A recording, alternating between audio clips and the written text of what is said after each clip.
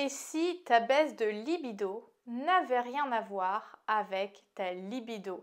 C'est vrai qu'on met toujours la carte de la libido sur la table lorsqu'on a une baisse d'activité intime, sexuelle avec son partenaire et on va souvent se culpabiliser en disant oh là là, je dois le frustrer, je lui dis souvent que j'ai pas envie, etc.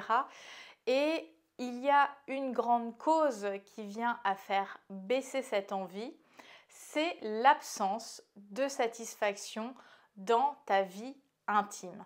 C'est-à-dire que tu vas faire l'amour, mais quand tu vas faire l'amour, ça ne va pas être source de plaisir, source d'enthousiasme, source de joie, source de sensations qui te transportent, qui te font vibrer. Mais en fait, comment tu peux avoir envie de quelque chose si ce n'est pas bon pour toi? Ça me rappelle la fois où j'ai été dégoûtée des sushis quand j'étais ado. J'ai mangé des sushis qui étaient vraiment pas bons. Je crois même que j'étais tombée malade.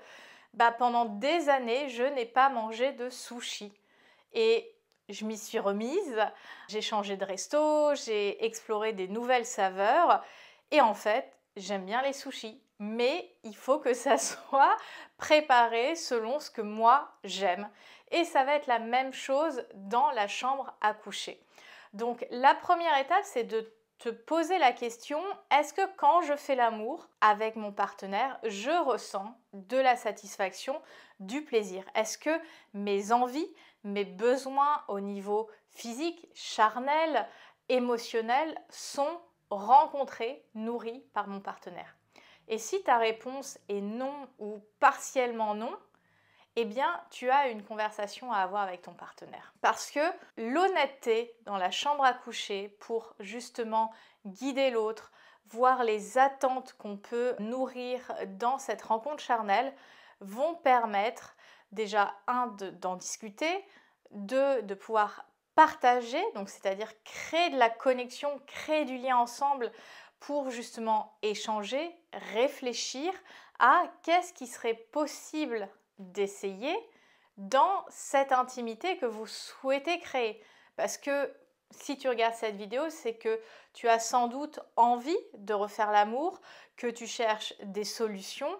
Et bien là, c'est la première étape pour ouvrir la porte des solutions. C'est-à-dire que tu identifies quelque chose qui ne te convient pas, qui ne te satisfait pas d'un point de vue intime, eh bien, de brainstormer autour de ça, de voir peut-être d'autres vidéos sur la page âme fauve, d'en parler avec ton partenaire et de tout simplement faire de l'expérimental. Je ne sais pas ce que ça va donner, ça me tente, on va essayer. Et je vais voir les sensations que ça va me procurer. Alors, je sais quelle va être ta prochaine question, c'est et si justement je ne sais pas comment mon corps peut réagir, je ne sais pas ce qui pourrait me faire plaisir quand je vois certaines pratiques sur Internet, ça ne me parle pas du tout. La première chose serait d'apprendre à connaître ton corps, c'est-à-dire anatomiquement et en termes d'image. Parce que en tant que femme, contrairement aux hommes, notre anatomie est en intérieur, c'est-à-dire que notre sexe, notre vulve, notre vagin, finalement, la partie externe est assez mineure par rapport aux hommes où leur pénis pend entre leurs jambes depuis leur naissance. Donc, on est beaucoup moins familière avec notre corps, l'intimité de notre corps et les sensations qui peuvent en découler. Donc, la première étape, ce serait déjà d'apprendre sur ton intimité, ressentir davantage ton corps, c'est-à-dire de mettre ton corps en mouvement. Souvent, je le répète, que ça soit dans des posts, que ça soit dans des vidéos, lorsqu'on ne sait pas trop ce qui pourrait faire plaisir à son corps, on va éviter de le mettre en mouvement, on va éviter de tenter des expériences parce que soit on juge son corps, soit on n'est pas à l'aise avec son corps, soit on va se dire qu'on n'a pas confiance en soi, soit on va se dire oh là là, il faut que j'attende de perdre encore ces quelques kilos pour faire telle activité. Non, commence à mettre ton corps en mouvement maintenant parce que c'est en mettant en mouvement que tu vas te créer des sensations, récolter de l'information et commencer à ressentir des expériences agréables et donc du plaisir avec ton corps. Après, ce qui nous intéresse, c'est aussi la relation entre ton corps et celui de ton partenaire. Est-ce que vous avez au quotidien des contacts physiques? Et ça ne veut pas dire des contacts physiques pour faire l'amour, parce que je sais que si ton partenaire commence à t'embrasser de manière un petit peu plus appuyée, de te saisir la taille d'une certaine manière, tu vas dire Mayday, Mayday, il veut faire l'amour et moi, j'en n'en ai pas envie.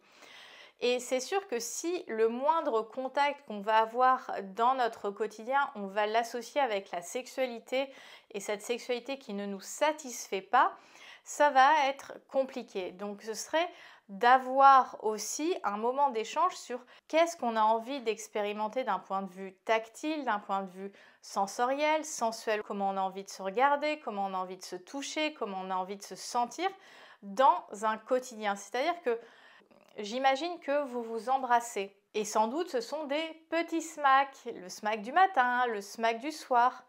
Essaye de prolonger le baiser déjà 6 secondes. Pourquoi 6 secondes? Parce que à partir de 6 secondes, ton corps commence à intégrer l'information qu'il y a un baiser qui est en train de se passer et va donc envoyer l'information au cerveau pour libérer les premières hormones qui sont plutôt sympas, qui sont plutôt sexy. Et c'est sûr qu'on se dit ouais mais le matin je cours, les enfants, le boulot, on court tous. Mais 6 secondes, ça va pas changer la face du monde. Au contraire, ça va changer la relation que tu as avec ton plaisir, ton corps et ton partenaire. 6 secondes minimum pour un French kiss, ou en tout cas un baiser sur les lèvres, et minimum 20 secondes pour une étreinte, un câlin. Parce que des fois, on va faire un câlin, on va se retirer tout aussi vite, ou on va faire un câlin avec genre juste une épaule, on va pas vraiment faire un câlin où la poitrine, le torse se collent, où on est vraiment à s'enlacer. Et à nouveau, le corps a besoin d'à peu près 20 secondes pour libérer ses premières hormones, l'ocytocine, les endorphines, qui vont créer une expérience satisfaisante dans ton corps et donc te donner un peu plus envie d'être dans ce contact physique. Et en plus de te donner un peu plus envie, d'avoir ces repères tactiles dans le quotidien, ça va aussi permettre de renforcer un peu plus de sécurité. C'est-à-dire que, comme je disais tout à l'heure, parfois, si vous en êtes à un moment où les seuls contacts t'amènent cette pression pour faire l'amour, ça va être compliqué. Donc d'avoir ces repères au quotidien où vous êtes dans du tactile, dans du sensoriel, de l'intime au niveau corporel sans pour autant faire l'amour, ça permet de se rassurer, de nourrir une confiance mutuelle de on a aussi cette intimité physique. Peut-être pas encore de la sexualité, mais on est intime physiquement. Alors les préférences tactiles des uns et des autres vont évoluer, mais l'être humain a quand même besoin de ce côté tactile, de ce côté tendresse, de ce côté lien par le contact de la peau. Et je pense que c'est intéressant de l'introduire dans une sorte d'écosystème d'hygiène quotidienne, que ça soit avec son chéri, ses enfants si on a des enfants, ses amis. Après, évidemment, les touchés vont être différents, mais ça va permettre de nourrir un sentiment essentiel pour l'être humain qui est le sentiment de se sentir aimé. L'autre point qui va tuer cette satisfaction personnelle, c'est souvent que tu vas vouloir expédier les fois où vous faites l'amour et où tu te forces. Alors déjà, on ne se force pas. Et le deuxième point, c'est de vouloir toujours aller plus vite, de bâcler les choses. Et en fait, il faut savoir que le plaisir féminin, et je te renvoie à ma vidéo sur le plaisir féminin a besoin de temps. Donc ce n'est pas parce que tu es trop longue, c'est parce que ton partenaire veut aller trop vite et se jette un peu sur toi. Messieurs, si vous écoutez cette vidéo, priorisez le plaisir de votre partenaire en premier parce que vous, c'est comme une allumette, ça craque et ça se consomme très vite.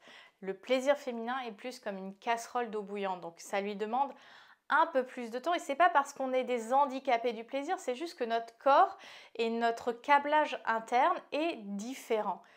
Donc respectons cette différence, profitons-en, faisons en sorte que ce voyage au sein du plaisir soit riche, soit luxueux, soit vraiment source de satisfaction et prenons le temps d'explorer notre corps. Donc à nouveau, je le rappelle, si tu n'as pas vu d'autres vidéos de ma chaîne, avant de descendre sous la ceinture, on attend minimum 15 à 20 minutes. Ce n'est pas long. Ce n'est pas long, c'est le temps nécessaire pour que la femme passe la première phase excitatoire, c'est-à-dire de passer d'un moment où mon corps n'est pas réceptif encore pleinement au plaisir à un état où il est pleinement réceptif au plaisir. Parce que plus tu vas vite, moins le corps féminin va pouvoir ressentir la profondeur des sensations, sans même parler de pénétration. Le corps féminin a vraiment besoin de ces 15-20 minutes pour se préchauffer, se réchauffer et s'ouvrir au plaisir. Donc c'est sûr que si vous faites comme ça des préliminaires en 3 secondes, puis pénétration, ça ne va pas être du tout agréable, ce sera absolument pas satisfaisant pour la femme. Donc après, forcément, on est face à un schéma, un pattern de sexualité qui nous donne tout sauf envie de le faire. Donc prenez le temps de vous embrasser, de vous regarder. J'ai plein de conseils sur la chaîne, donc n'hésite pas à aller le voir. Prenez le temps aussi de vous caresser, on ne se caresse plus assez. Prenez le temps de parcourir le corps de l'autre, de vos lèvres, de vous dire des mots d'amour, de désir. Voilà, habillez le rapport. Ne faites pas juste comme si vous étiez des robots silencieux en mode vibreur ou Bluetooth. On n'est pas dans la connexion sensuelle si on fait ça. Un point qui est important, c'est que parfois, quand on veut un peu se débarrasser du fait de faire l'amour, qu'on ne sait pas trop ce qui nous fait plaisir, on peut avoir tendance à accepter des pratiques ou à faire des choses finalement qui ne nous font pas grand-chose, juste pour faire plaisir à l'autre. Alors je ne dis pas que à des moments ça ne peut pas être intéressant de se lancer dans une pratique parce que ça nous fait plaisir de faire plaisir à l'autre, mais ça peut amener aussi beaucoup de confusion quand on ne fait pas les choses pour soi. Et pose-toi la question, est-ce qu'il y a d'autres aspects de ta vie où tu ne fais pas les choses pour toi, tu es dans le faire plaisir à l'autre?